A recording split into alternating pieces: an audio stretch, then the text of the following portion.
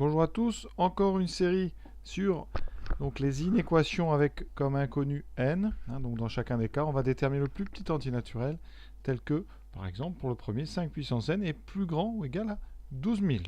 Alors la situation, elle est la suivante. Vous avez ici donc 5 puissance n. 5 puissance n, c'est donc une suite géométrique.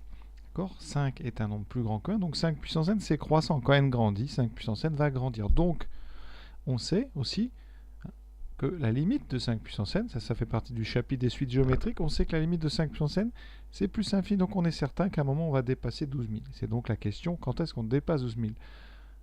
Donc on a déjà fait ça dans l'exercice précédent. Je vous rappelle, pour résoudre ça, il va falloir sortir l'inconnu qui est en exposant ici, et le sortir devant. Pour ça, on utilise le logarithme, qui est strictement croissant sur r plus étoile, c'est ce qu'on a ici, on est sur deux nombres strictement positifs.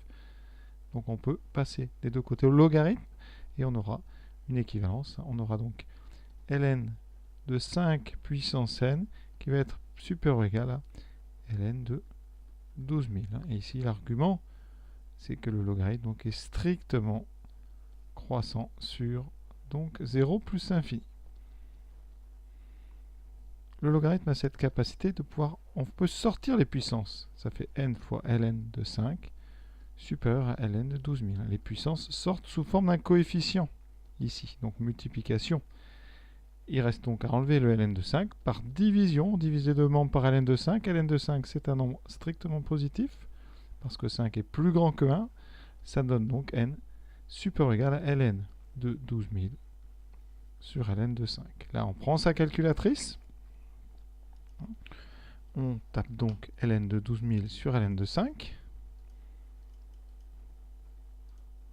Divisé par ln de 5. Et on va prendre le premier entier, donc ici, qui est supérieur à 5,83, donc ça va être 6. Donc n est supérieur à n est donc supérieur ou égal à 6. Donc la réponse, le plus petit entier qu'on cherche, réponse, c'est n égale à 6. Et pour s'en apercevoir, on va faire un tableau de valeurs. Je rentre 5 puissance x.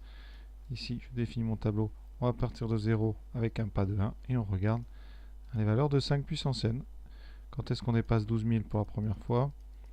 Eh bien, c'est ici entre 5 et 6, donc la réponse était bonne, c'est bien 6.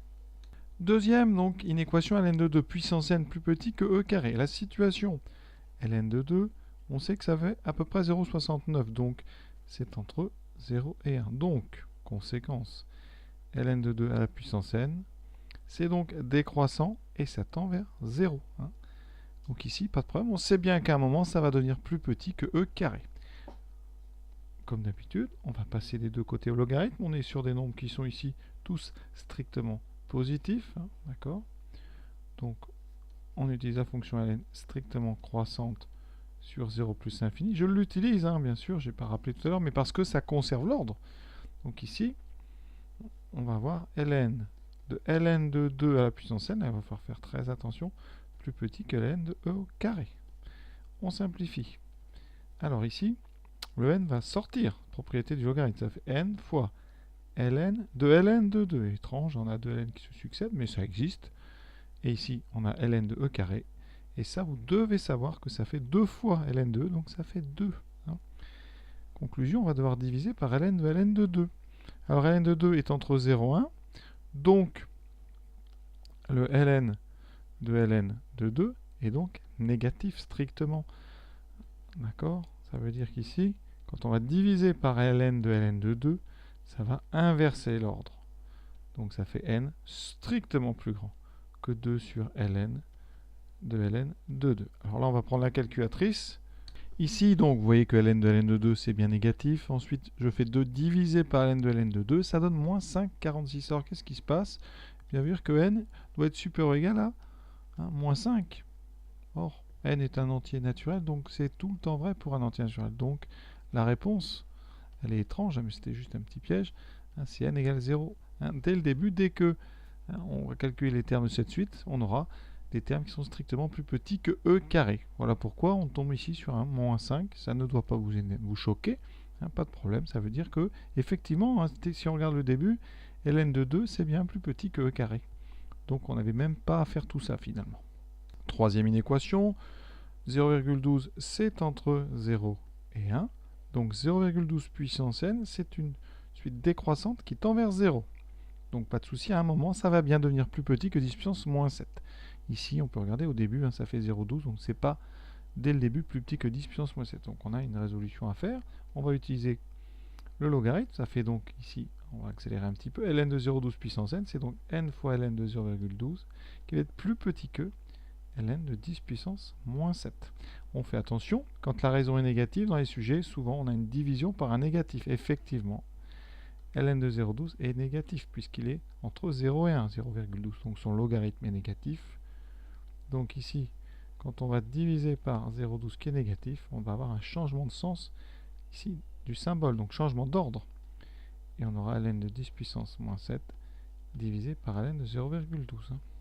Calculatrice. Alors, on trouve ici que ln de 10 puissance moins 7 sur ln de 0,12, ça fait 7,6 à peu près. Donc on va prendre n plus grand que 7,6. Étant entier, ça donne n plus grand ou égal à 8. Voilà, avec un tableau de valeurs. Ici, je vais donc étudier les termes de 0,12 puissance n. Donc, je regarde le tableau. Et on doit trouver ici ce qu'on vient de trouver. Vous voyez, ça dépasse donc, ça passe en dessous des 10 puissance moins 7, ici, entre 7 et 8. Donc la réponse, c'est bien 8. Donc réponse ici, ça donne donc n supérieur ou égal à 8. Le premier entier qu'on cherche, c'est donc 8. Quatrième et dernière inéquation. Vous avez bien remarqué, il y a deux situations. Soit une suite géométrique qui va être croissante, soit une décroissante vers 0. Ici, à chaque fois, il faudra bien regarder. Donc là, 1,01, c'est comment? C'est plus grand que 1. Alors, je vais l'écrire comme ceci. Donc, ça veut dire que 1,01 puissance n, c'est une suite croissante vers plus l'infini. Donc, on sait qu'à un moment, ça va dépasser tout ce qu'on veut. Donc, ici, on va partir de 1 et ça va dépasser 10. D'accord? Ici, on va utiliser la fonction logarithme strictement croissante sur r plus étoile, donc conservation de l'ordre. Ça me donnera n ln de 1,01 plus grand que ln de 10. Et là, ici, 1,01 c'est plus grand que 1, donc le logarithme de 1,01 c'est positif. Je vous rappelle, je n'avais pas fait, mais la fonction logarithme, sa courbe est comme ceci. Donc vous avez des logarithmes positifs dès que le nombre qu'on met dedans est plus grand que 1. Ici, on va diviser donc par ln de 1,01 qui est positif. Ça donne n plus grand que ln de 10 sur ln de 1,01. On n'essaie pas de simplifier, on ne peut pas. D'accord? On va regarder la machine. On trouve ici ln de 10 divisé par 1,01 qui vaut 231. Donc il va falloir aller pour un entier à 232. Donc on trouve n supérieur strictement à 232. Alors on va regarder la machine avec donc le tableau de valeur. Il va falloir aller très loin. D'accord? Parce que si on regarde ici la table, j'ai déjà faite. Ici, il va falloir descendre à 232. Donc ça serait bien de définir la table à partir par exemple de 200.